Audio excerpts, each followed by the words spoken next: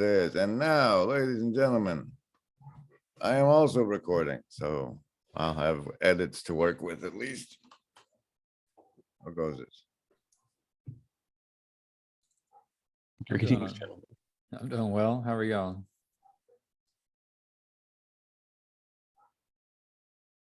Yes. Yes. You think it matters whether you look off to the right or to the left when answering that question? I like to look up. I try to look deep within. I don't know where my eyes go. Well, you're always looking deep within, Graham. As often as I can. Okay, so like officially, this is a mediation process or something, is it not? Because Gavin won't stop saying he puts demons in people's heads, and I'm not cool with that. And we're having a dispute about it. A dispute. Is that a character? Is that a characterization that you both agree on? Not really. All right, so let's get your version too. But first, at least one of the things that I will attempt to invoke during this is the nature of the sacred. So, since everything is experienced through us, and really we're the source of all of this frustration and difficulty, it seems pertinent to remind us that if we do our best to keep this as sacred as possible, the interactions between us, then each of our experiences will be the best that we can find in whatever it is that we have. And that doesn't always mean roses and everything's peachy keen. But it sounds good to me. Okay. How about you, Graham? Do you agree? What's I our will highest? attempt to be the truest manifestation of my character, of which I am capable. What is your character?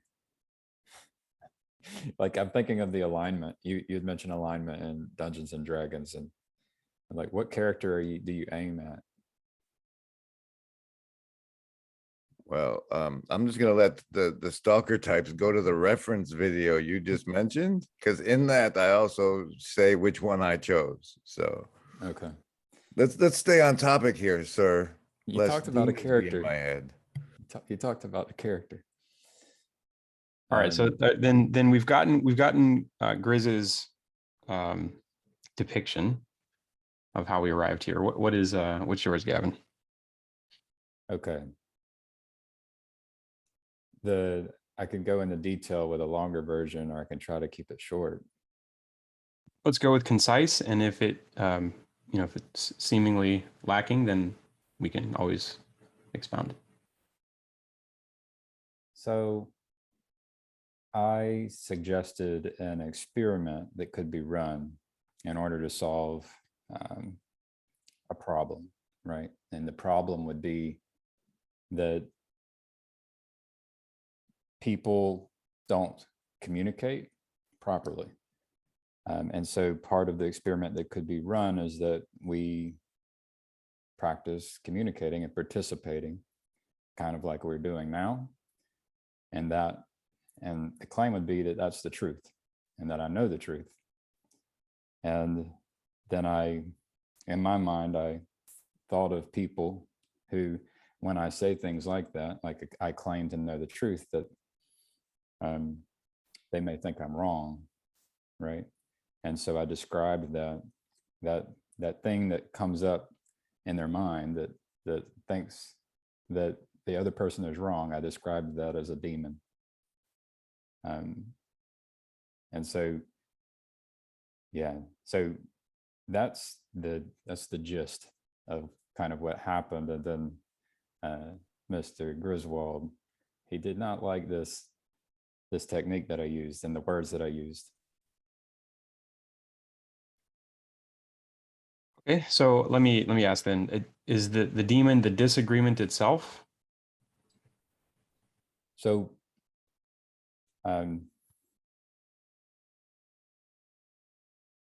within the There's a- context I- of people coming together to speak with each other, right? If there's, I think the demon is the thing that wants to be right and wants to win.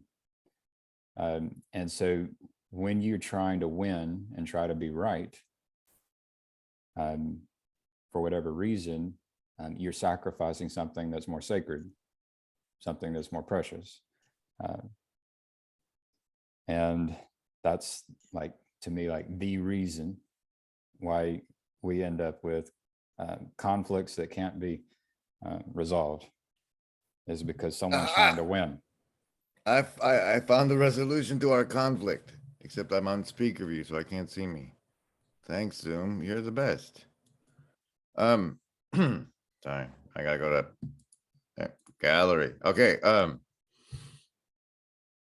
There's a easy peasy resolution to our specific instance that I see immediately, because your generic term of demon is vague and can refer to anybody in the Legion, but you've clearly specified it's Nicaea that you're having an issue with.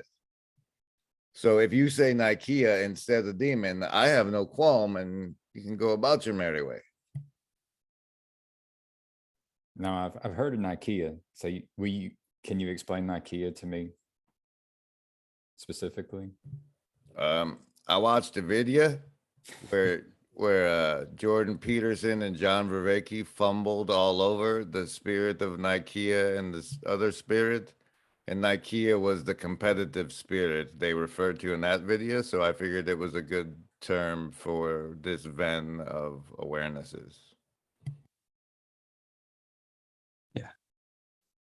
Philea Nicaea, the love of victory, right? The love of conquering. I've So- been possessed by that one before. I've been pretty competitive throughout my life. Well, then okay, so will you accept Grizz's olive leaf? Let me elaborate because Not quite people have a hard elaborate. time understanding me. So I wanna say some more on it real quick to see if that helps those people. It's very Like, generous. The issue, like Gavin's issue, is that people respond in a weird way when he talks to them, because of the symbols he uses to communicate. And in this specific instance, the symbol demon has all sorts of it's meaning laden, it's mimetically dense. So if he says that, then whatever representation they have for that, and it could be any of those mimetic densities, is going to manifest in them. And it's silly and dangerous of him to use that symbol in that communication. Nicaea, however, is something only learned academic folk are going to have any kind of mimetic resonance for. And so the fact that he's using a different word and a word in a new way, it doesn't land, it doesn't evoke all of the demons he's scared he's evoking when he uses the demon term. One thing that Grizz had said was that it was offensive. And I actually had a conversation with my aunt today about things being offensive. And the thought that I had, actually at first I had said, I don't get offended. That was the first thing I said. And then I pulled back, I said, that's a lie.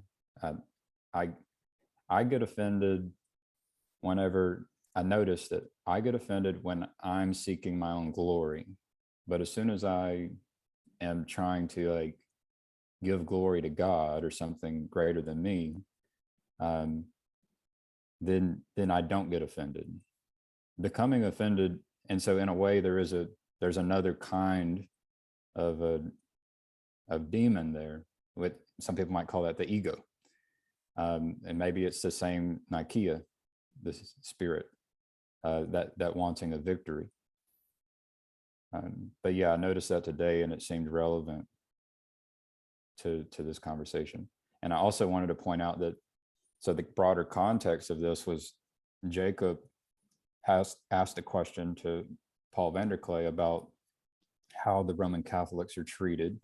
And he made reference to people no longer calling, that it is no longer normal for people to call like Jews the synagogue of Satan. And so there's this idea of some offensive language that's nested in that. And there's the question of what to do about it. And I think Paul's answer was, having this kind of conversation where we're trying to listen and we're trying to understand each other. And what's cool is that what we're doing right here is a microcosm of the solution. And also, I noticed that when we communicate in text, we're missing tone and we're missing facial expressions. And so you may have a spirit of love and you can say something and then it can be interpreted in a way that in a different spirit than what you had attempted to express. So text-based communication is very dangerous. And so this is why this kind of communication is preferable. Objection. Go ahead. Objection. With regards to the danger of text-based interfacing, if you acknowledge everything you just said about its nature and adjust your communication accordingly to that all tone and whatever is stripped away in the communication, you're less likely to run afoul of the limitations of the medium, yada, yada. But so I can be responsible for how I read text, but I can't be responsible for how other people read the text I create. No, but you can keep in mind while you're creating the text that form of communication is prone to those vulnerabilities, and put that into your heuristic of how you use that medium. And so I have a question or a couple of questions and maybe some framing that might help. It seems like when you're working with language, there are two aspects to it. There's a generator function. So there's a source from which it comes.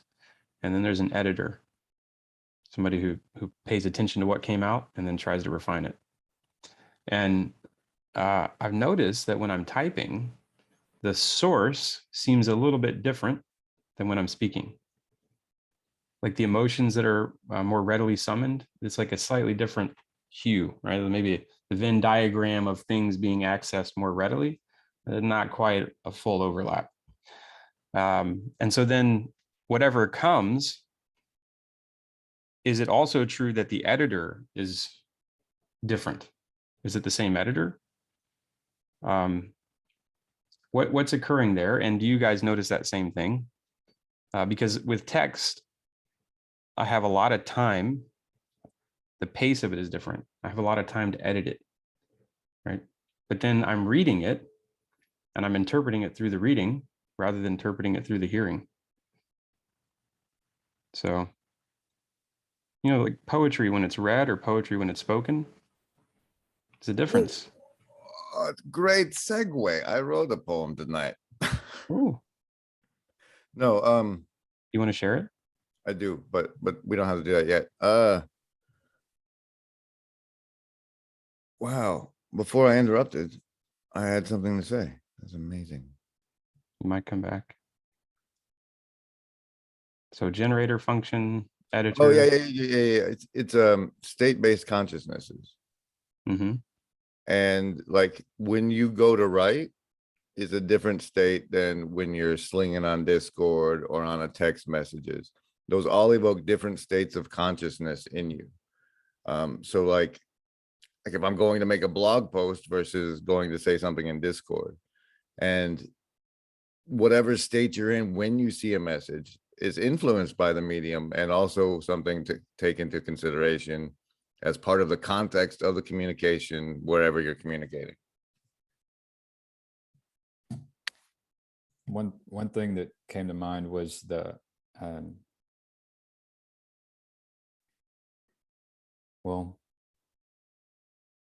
we can't, it's hard to, for example, multitask. Some people say it's impossible. And so, sometimes if you really want to be listening, then you're not trying to think about the thing that you're going to say next, right? If one thing I like about what Grim and I did we did some correspondence, as he labeled it, as we did conversations where we each recorded between 5 and 10 minutes and did a back and forth for maybe 12 videos and created a playlist.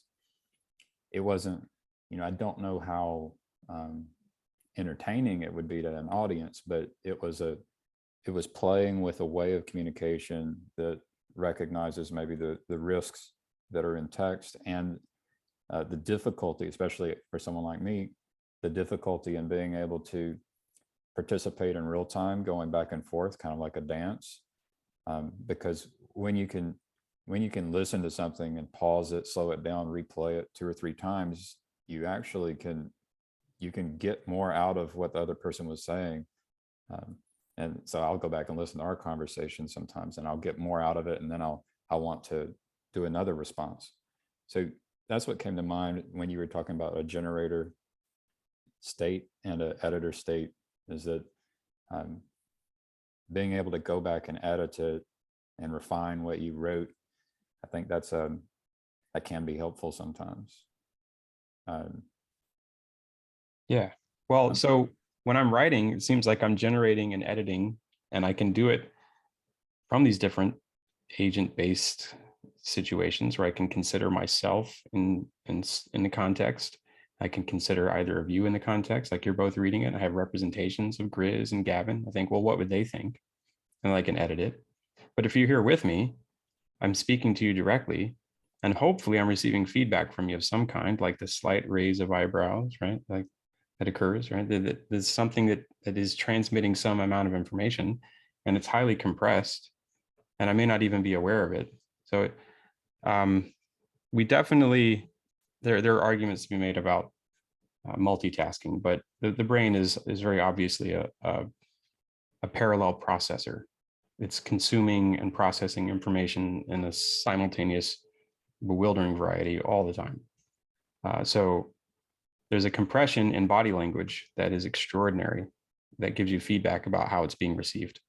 And I think part of what that does is it allows you to offload that editor function, right? As long as you're receiving with humility the signal and able to trust it, then that lets you offload all that processing power, so you can function more with your conscious awareness state on the aspect that is generating and pulling in and synthesizing what needs to be created, if anything needs to be altered at all.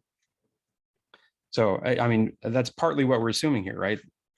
That things need to be altered, because if things don't need to be altered, then it's all just Nikea.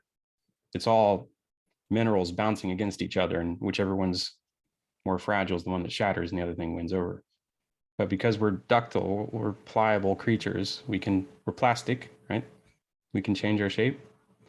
Like that is in fact what constitutes good communication, is when you can be altered by the environment, which is us in conversation. So that's always what I'm trying to pay attention to, is when I should be plastic. It's not always the case. Right? Let's say an evil man was in this conversation. Hey. You summoned No me. aspersions. No aspersions. You just summoned me. Let's say, for instance, but hold on. I want to throw in, before we get too far past what we're already talking about, is that another factor in the state-based considerations of the medium of communication is potential audience. And that this occurred, the incident in question occurred in a Discord where the potential audience is everybody in that list on the right, and not just the people paying attention to the conversation. And like, if the mineral of calling, like saying what comes up in people's heads is a demon, is a mineral Gavin had, then I'm using my influence over him, a loan of agency maybe, to perhaps duct it towards something that is less potentially offensive to a greater audience. yeah, That seems right.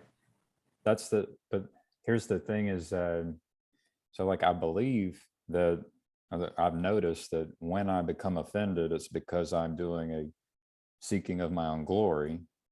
And then for me, I believe that that I perform best when I'm not seeking my own glory. That's what I've noticed through, the empirical analysis of playing with the way I behave.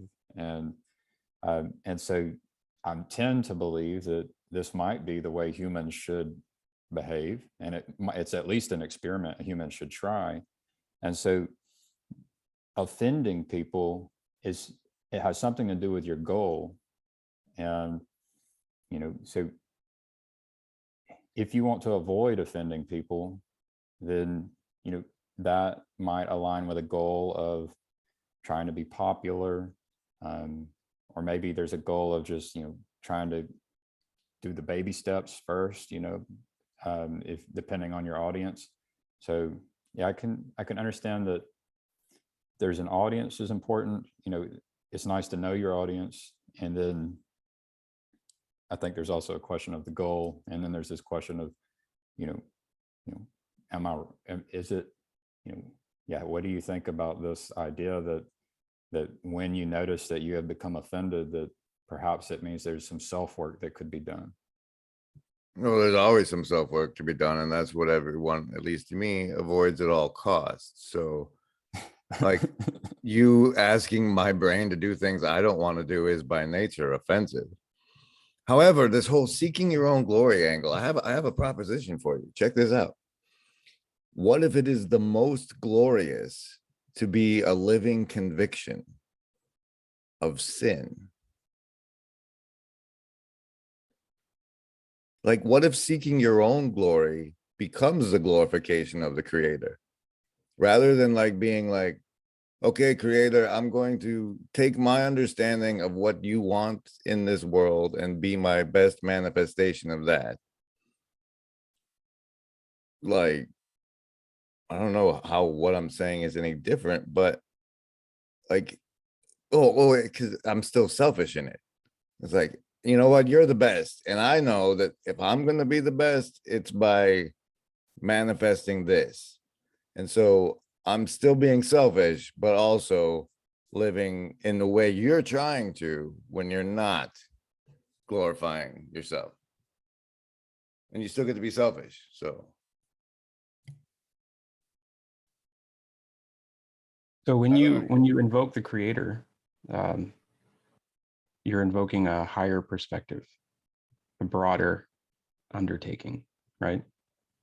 So in the end, or in the final analysis, and it seems to me that Nikeia is necessary. We are, in fact, material substances that do come into conflict with other parts of the world, and that there's a certain way of viewing victory or overcoming of things, which has to do with that struggle between one powerful thing and another thing. So I often have to kill in order to maintain my life. It's just a fact of the world. I must consume the life essence of other things in order to be. This is a kind of victory that you can't really escape, right? But it's so natural to us, we don't think of it in those terms unless you're maybe a hunter-gatherer, and then it's a real literal stalking and killing. But we start to use these metaphors when we talk about debates, when we engage with each other. We still use these same exapted capacities, right? We take what once was used in one way and transform it into another arena. But I was thinking, what seems to be the evil quality of Nikeia is when it's no longer affording the ability to expand our horizons of the important. When we narrow our attention and it becomes stuck in a particular domain or slice of time, because usually what happens in a debate is you're saying, but what about this? Right? You're wanting to expand the horizon and say, well, maybe that's true, but what about this? And if you can't expand, and if you can't include, if you can't bring into perspective the additional truth of some other thing, then you're stuck in this narrow range. And it's damnation of a sort. That's it's a disembodied spirit that has no capacity to enact change in the environment anymore. And so it fixates on one particular loop and it stays there. So I can walk through the woods very authentically with no shoes on. But if I go and step where the vipers are, it would be much more valuable for me to have some thick shoes on, right? Be a less authentic human being to protect myself from the state of nature. Or I can just totally stay away from the den of vipers, right? I can walk barefoot all I want as long as I'm in the places where the snakes don't exist. And this seems to me metaphorically true in regards to human beings, because there's a great wilderness in each of us, including a den of vipers. And I don't know if we can excise them entirely. They're just a part of us. So I Well, take sir, I do. You can go walking through a nest of vipers, Mhm. or you can find yourself in a lion's den and just trust whoever decides whether or not you're going to get eaten. That's true. Or you can be tossed there That's with punishment. that's enough of, okay, everybody, I've been threatened way too much in the last 2 minutes.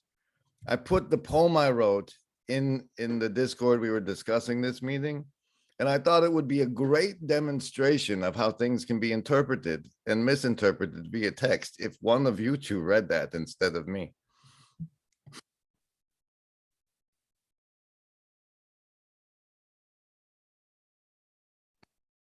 I see it.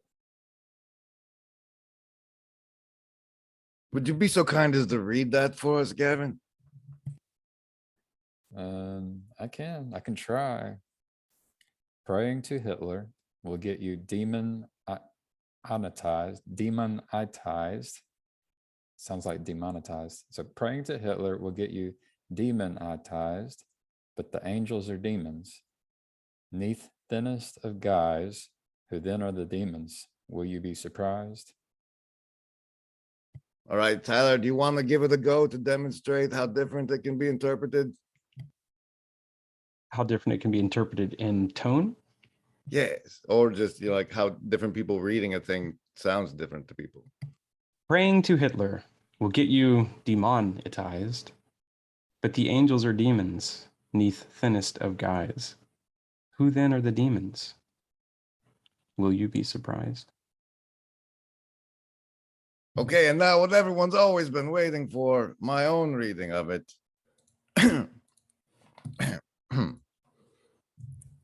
Praying to Hitler will get you demonetized, but the angels are demons under thinnest of guys. Who then are the demons? Will you be surprised? Okay, ladies and gentlemen, thank you for your time. I'm running away now. Goodbye.